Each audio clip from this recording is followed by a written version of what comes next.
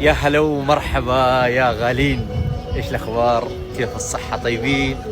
عسى الله يحفظكم من أوسارة، المكان الجميل على ضفاف بحار محافظة ظفار. اليوم موجودين مع وزارة النقل والاتصالات وتقنية المعلومات ضمن فعاليات الملتقى الخليجي للتنقل الأخضر. مجموعة من السيارات الكهربائية موجودة في أوسارة، لكل حد حاب يتعرف، يسأل عن حاجة، عند استفسار، يبي يعرف إيش مميزات هذه المركبات الكهربائية اللي هي تعتبر المستقبل.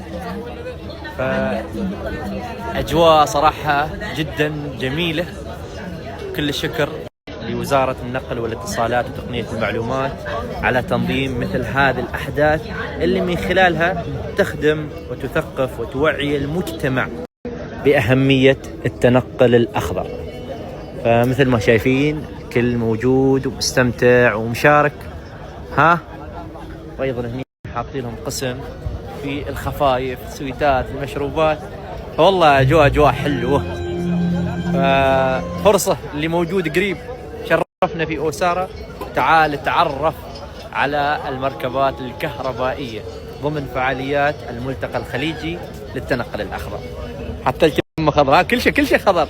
وعلى فكرة صح، الجميل أن أوسارة أيضا يدعم فكرة الاستدامة والموبيليتي مثل ما يقولون، لأن كل حاجة هنا موجودة معادة تدوير.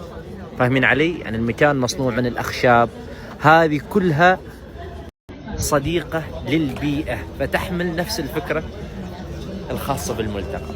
فجميل جميل. وين باع؟ تعال يا حبيبي. طبعا الحبيب نشكركم على هذا المكان الطيب. أحد ملاك أوسارة صراحة من الناس اللي معجبة بهذا المكان.